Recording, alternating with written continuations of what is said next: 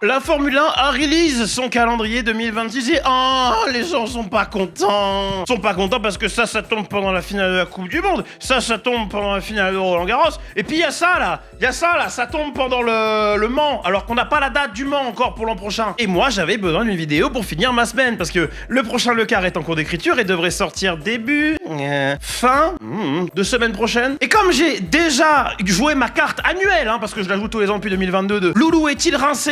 D'interrogation. Notez, j'ai pas mis le point d'interrogation dans la miniature de la dernière. Et comme les gens se basent à la fois sur le titre et sur la miniature pour commenter et pas sur le contenu de la vidéo, il y a des gens qui m'ont tenu la veste. Bon, en vrai, à la défense des gens, ce qui est assez rare venant de moi, je sais qu'il y a une grosse majorité de gens qui sont pas allés plus loin que la 7ème minute de la vidéo, qui est pas la rétention typique pour mes vidéos. Généralement, j'ai bien meilleure rétention que ça. Et je pense que c'est parce que la première portion de la vidéo est overly critique et du coup, ils voient pas la seconde portion qui est beaucoup plus mesurée et presque tendre. Donc oui, effectivement, vous pouvez pas savoir si vous avez pas vu la fin de la vidéo. D'ailleurs, moi je vais faire une pétition, je vais demander là au nouveau patron de YouTube, est-ce qu'on peut avoir, comme sur SoundCloud, le timestamp où les gens ont commenté. Bref, j'ai quand même des observations à faire sur le calendrier, donc je suis Clippy da Clip, sans plus de salam alek, bienvenue dans Garage Talks. Et il y a pas de sponsor cette fois-ci, c'est promis. Même si vous pouvez quand même consommer, c'est dans la description.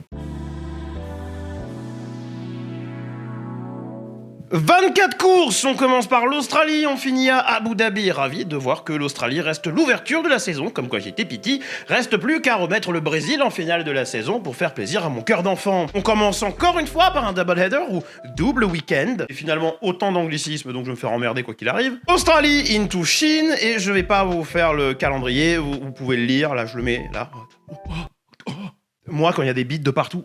Le calendrier est giga chargé, notamment avec 2 triple headers en fin de saison, ce qui... On a toujours 3 courses aux US, Imola disparaît, big up, merci Stefano Domenicali, qui nous disait, il n'y a pas si longtemps, que l'Italie, c'est peut-être pas un marché où on a besoin d'avoir 2 courses. Par contre, l'Espagne est un marché où on mérite d'avoir 2 courses, puisqu'on a Madrid et Barcelone. Alors, c'est très certainement que pour cette année, le contrat de Barcelone finissant en 2026, mais je trouve ça délicieux d'ironie quand même. Et en parlant de pertes, Zandvoort, un tracé que j'adore lui pour le coup, que ce soit le nouveau layout ou l'ancien, je l'ai trouvé extrêmement fun à conduire, surtout l'ancien a vraiment une vibe de genre de spécial de rallye, c'est un délire. Mais cash is king. And apparently they don't pay enough. And by the way, this is not a Lewis Hamilton quote. The origin of cash is king is pretty disputed, but apparently it's coming from an economics book by George... The fuck was it, McLean? Yeah, that's right, George N. McLean. Also, it's a partial quote, which is cash is king and credit is a slave. Il y a trop d'anglicisme. Soit en passant, demandez-vous si c'est pas un peu hypocrite de demander à quelqu'un de changer sa manière de parler juste pour vous. Si vous trouvez que c'est pas hypocrite, je vais vous demander de virer tous vos alors, tous vos du coup, tous vos donc en début de phrase qui servent à rien. Ah bah oui, balaye devant ta porte, Je vous aime quand même. Bon, c'est la 2e fois qu'on perd Zandvoort, ou 3e si tu comptes l'absence en 72, 71, 72. Il y a une autre petite particularité qu'il y a pas grand monde qui en parle apparemment, c'est qu'on n'aura pas un test hivernaux, on n'aura pas 2 tests hivernaux, comme ça a déjà été le cas, on en aura 3. Ouais, on a déjà eu sur la fin des années 2010 des saisons où on avait un test privé à Barcelone et un test public à Bahreïn. On a même déjà eu ça en 2022, si je dis pas de conneries. C'est en 22. Ah, si seulement j'avais un putain de script derrière que je pouvais lire, quoi. Mais là, du coup, on en aura 3. En janvier, on aura un premier test de pré-saison sur lesquels les équipes pourront, durant 5 jours, rouler 3 jours à leur convenance. C'est vrai, plutôt que de dire non, vous avez 3 jours pour rouler, démerdez-vous, on vous en donne 5 pour que vous puissiez rouler 3 d'entre eux. Comme ça quoi, si le dernier jour tout le monde a roulé, on peut faire une course de roller, j'ai pas compris. Oui, c'est pour éviter d'avoir tout le monde sur la piste en même temps, je sais. Et puis en février, on aura 2 tests hivernaux qui, eux, de ce que j'ai compris, seront publics. Je sais pas par contre si tout aura lieu à Bahreïn. Je sais pas si on aura genre un test à Barcelone, puis 2 tests à Bahreïn, ou genre pourquoi pas rajouter un autre pays du Golfe, puisque là-bas en janvier ou en décembre il fait quand même chaud. On fait bien des tests à Abu Dhabi en décembre, tu vois, donc pourquoi pas. Surtout qu'en circuit, pour la compète, Abu Dhabi j'aime pas. En test, en vrai, pas trop mal, il y a des voies de dégagement partout. Bon, pas au Latifi Corner.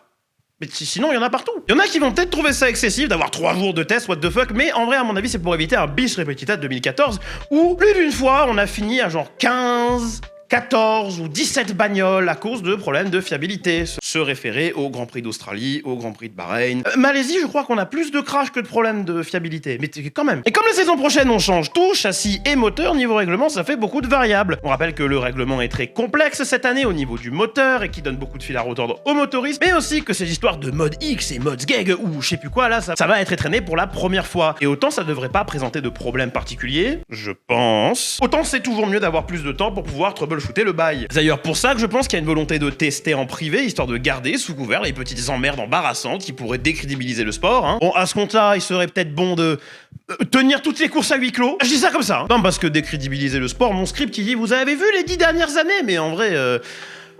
la catchatisation de la Formule 1, ça date même d'avant mon temps, hein. Ça date même d'avant que je commence à regarder. J'ai commencé à regarder en 2008, hein, pour ceux qui connaissent pas la chaîne et qui découvrent, bienvenue. Mais au niveau des nouveautés sur le calendrier, il y en a qu'une seule vraie, Madrid. Vous savez comment Imola avait un nom gigalon, genre Formula One AWS Gran Premio del Made in Italy dell'Emilio Romagna 2025. Dit avec l'accent. Alors du coup, pour Madrid, j'ai une humble proposition. Parking des zones industrielles, Oli Energy, code creepy et please refaites la trace IA sur Assetto, bordel de... C'est quoi ça? C'est quoi? Avant de release cette vidéo au public, vous vouliez pas genre acheter un rig et foutre quelqu'un dedans? Ou genre refaire la trace pour l'IA? Voilà, tout ça en un seul mot, hein, pour rester dans le ton bien sûr. Un tracé qu'on a la chance de pouvoir rouler dans Assetto avec les voitures de 2026 pour prendre un petit break de Rubber Banding Simulator. Moi j'ai pas d'enfant à la maison, hein. Le 130R j'ai pas peur, hein. Et big up à Nuke Drop, dont la rendition de Madrid n'a pas de problème avec l'IA. Bon, Madrid, de toute façon, est là pour rester. Rappelez-vous que les bugs ont apparemment 10 ans de contrat, alors qu'on sait pas encore si la course sera bonne. On peut avoir de bonnes surprises, hein. Vegas, par exemple, horrible à conduire in-game. Vu du dessus, tout le monde pensait que ça allait être de la merde. Et les courses à bas sont pas mauvaises. Ça a plus à voir avec les basses températures et leur effet sur les coms, mais on va pas se plaindre pour une fois qu'il y a des courses qui sont indisputablement pas mauvaises. Ce qui est malheureux, par contre, c'est que Madrid a pas de vraie zone de dépassement, même en exploitant un peu hein, sur Assetto. Les images que vous voyez là, c'est pas moi qui conduis, c'est l'IA. Il y a assez peu de zones pour le dépassement qui sont naturelles en fait. C'est dommage, hein, les premiers circuits d'Armentique sont pourtant assez bons avec des épingles au bout de longues zones d'accélération et elles laissent aussi quelques endroits pour doubler qui sont un peu conventionnels mais couillus et ça reste possible comme le T1 et T2 à Shanghai ou le T10 à Bahreïn. Là ici à Madrid, il y a pas grand chose. Il y a surtout des endroits où les dépassements seront couillu. Mais après, je me base sur la rendition de Nuke Drop dans Assetto Corsa pour dire ça. Parce qu'on n'a pas encore vu le circuit IRL, tu vois, et on n'a pas encore vu les voitures tourner dessus. Si ce n'est pour un showcase, là, avec Sainz, Williams. Vous avez vu ce truc-là? C'est passé totalement inaperçu, hein. Genre, j'en ai entendu parler pendant l'écriture de cette vidéo. Un truc qui me gêne un peu avec Madrid, par contre, c'est que, à mon sens, tout l'intérêt de ramener la F1 en ville, c'est pas les super circuits que ça nous donne, c'est surtout de pouvoir profiter d'un cadre unique. Genre un GP en plein Paris, comme dans 300 à l'heure dans Paris, il y a un côté à la fois VIP, prestige, mais aussi ce côté fête au village, comme les critériums qui passaient dans les centres des villages d'antan. Là, on est dans une zone indus, donc l'attrait, pas ouf. Et en plus, on a un tracé inintéressant, c'est-à-dire que je pourrais faire mieux dans la zone industrielle Savannah-Saint-Paul. 97460. Big up. Mais, j'ai déjà été sur cette chaîne beaucoup trop critique et on n'est jamais à l'abri d'une bonne surprise. Ni d'une mauvaise, mais on n'est jamais à l'abri de... Bon, on peut être pour ou contre hein, cette urbanisation de la F1, on a quand même 9 circuits maintenant au calendrier qui sont urbains ou semi-urbains. Melbourne, Jeddah, Miami, Montréal, Monaco, Bakou, Singapour et Vegas. Ça fait beaucoup. Et au rythme où ça va, on dirait que la F1 est vraiment entêtée avec ce type de piste. Hein. On dirait qu'ils ont vu la Formule E faire pareil, ils ont dit putain mais c'est banger en fait ça. Bref, c'est pas prêt de s'arrêter et du coup je suis pas prêt d'arrêter de faire la boule de flipper dans Formula One, parce que plus il y a de circuits en ville, moins mes chances de titre sont grandes.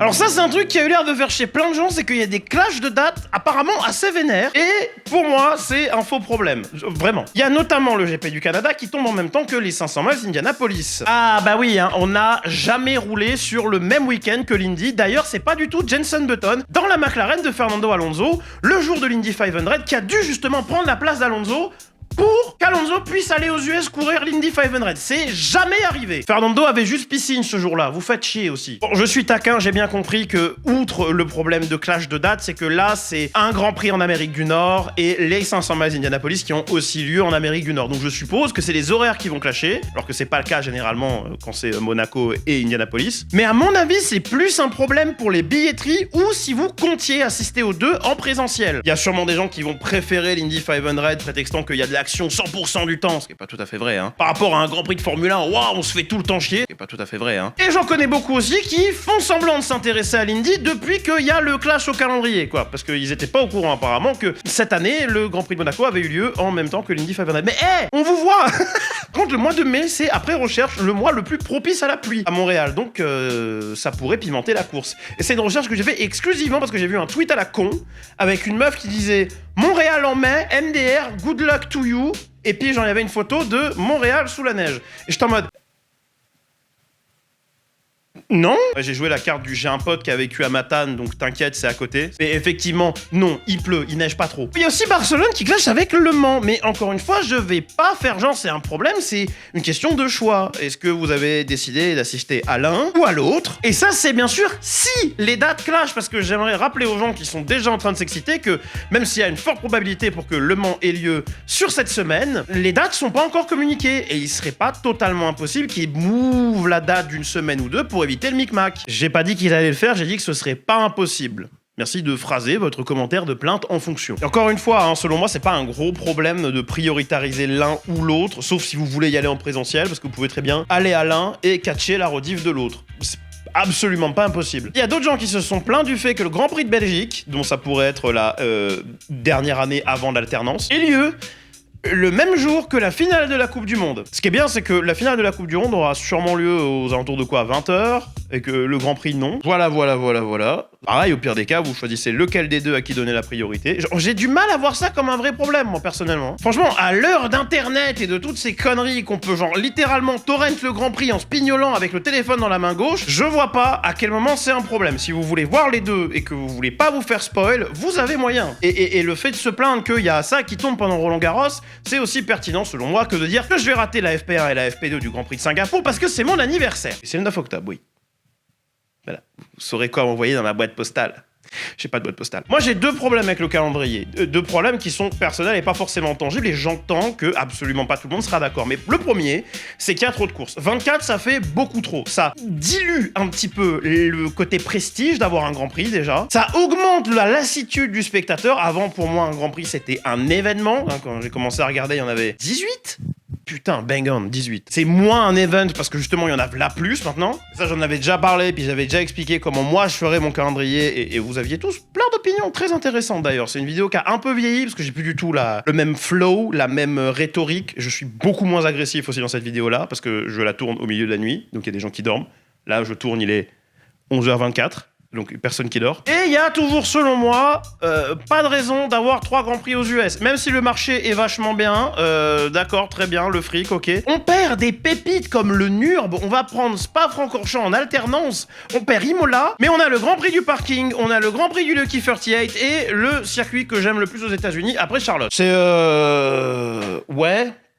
Pourquoi pas? Non mais c'est que la distance, Clippy, en fait, les États-Unis c'est tellement grand, tu peux pas avoir qu'un seul Grand Prix là-bas, parce que les gens qui habitent en Floride, par exemple, ils peuvent pas aller au Texas pour voir un Grand Prix. Le Brésil est un pays relativement massif qui n'a qu'un seul Grand Prix. La Chine est un pays relativement massif qui n'a qu'un seul Grand Prix. L'Australie est un pays relativement massif qui n'a qu'un seul Grand Prix. L'Espagne, par contre, n'est pas un pays aussi gros que les États-Unis et ont 2 Grands Prix cette année. L'Italie n'était pas un pays aussi gros que les États-Unis et a pourtant eu 2 Grands Prix. D'ailleurs, les 2 Grands Prix en Italie, ça date pas d'hier, hein. C'est-à-dire qu'avant, Imola, c'était le Grand Prix de Saint-Marin. Alors que c'est pas vraiment à côté, quoi. Genre...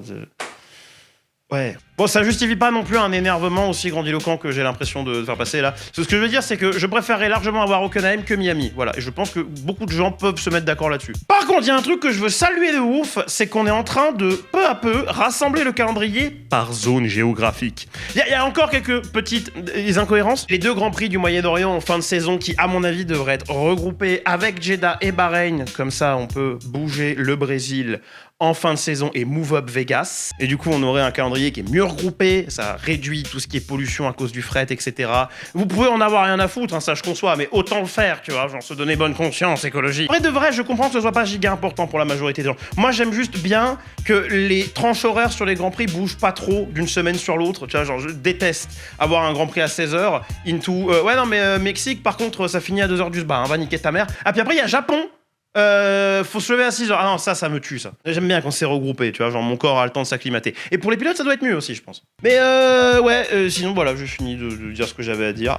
C'est là qu'on voit que ce genre de scripts sont écrits dans la vitesse parce que j'ai pas de bonne fin. Oh, je suis Clippy Dacly, vous pouvez me suivre absolument partout, sauf dans la rue. Oui, j'oublie de le dire en ce moment. Je tourne avec 3 heures de sommeil et je cravache mon cul. C'est bon, calmez-vous. Un mec qui m'a suivi hier, j'ai dû genre zigzaguer 2 fois. J'ai summon Jacques Villeneuve qui m'a dit que j'avais pas le droit de zigzaguer. Putain, j'en pouvais plus. Moi, ma semaine, elle est fermée, ça fait très plaisir. Il y a un le quart, soit le 17, soit le week-end de la semaine du 17. On sait pas encore. Dans tous les cas, vous serez très contents si vous êtes là, parce que je le dis qu'à l'élite qui est resté jusqu'au bout de la vidéo, parce que ce sera un le quart, sur le Tourist Trophy. Et il y en a beaucoup qui vont dire, attends, mais le quart moto, En fait, le quart à la base, ça veut dire chronique automobile romancée.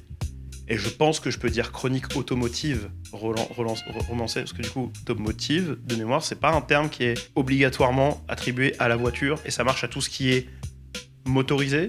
Je vérifie. Automotive relating to or concerned with motor vehicles.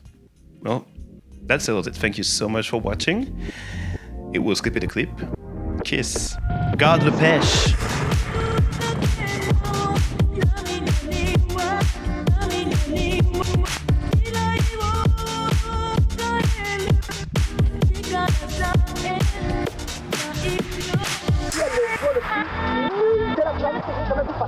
Nul! C'est trop nul! Techniquement,